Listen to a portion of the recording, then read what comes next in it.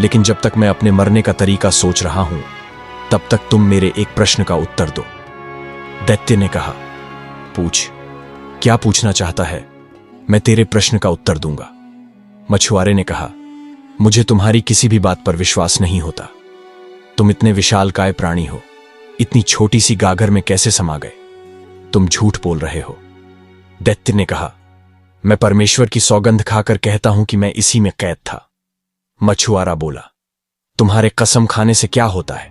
मैं तो तभी मानूंगा जब मैं तुम्हें अपनी आंखों से गागर के अंदर देखूं और उसमें से आती हुई तेरी आवाज सुनूं। इतना सुनते ही दैत्य धुएं के रूप में परिवर्तित हो गया और धीरे धीरे गागर के अंदर जाने लगा। जब बाहर धुएं का नामो निशान नहीं रहा तो गागर के अंदर से दैत्य की आवाज आई, अब तो तुम्हें मालूम हुआ कि मैं झूठ नहीं बोल रहा। मछुआरे ने गागर को मजबूती से बंद कर दिया और बोला, मैं तुझे फिर से इसी नदी में डाल दूंगा और नदी के तट पर झोपड़ी बनाकर रहूंगा।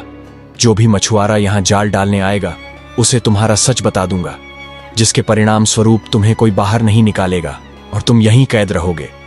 इतना सुनते ही दैत्य घबरा गया और विनम्रतापूर्वक बोला, मछुआरे भाई, मैं तो केवल परिहास स्वरूप ही तुम्हें मारने की बात कर रहा था। खेद है कि तुमने मेरी बात को सच समझ लिया। अब मुझे बाहर निकाल लो। मछुआरे ने हंसकर कहा, क्यों भाई, जब तुम बाहर थे तब तो खुद को बड़ा शक्तिशाली दैत्य समझकर अकड़ रहे थे। दैत्य ने कहा, भगवान के लिए मुझे नदी में वापस फेंकने का इरादा छोड़ दो। इस प्रकार दैत्य बाहर निकलने के लिए गिड़गिड़ा लगा।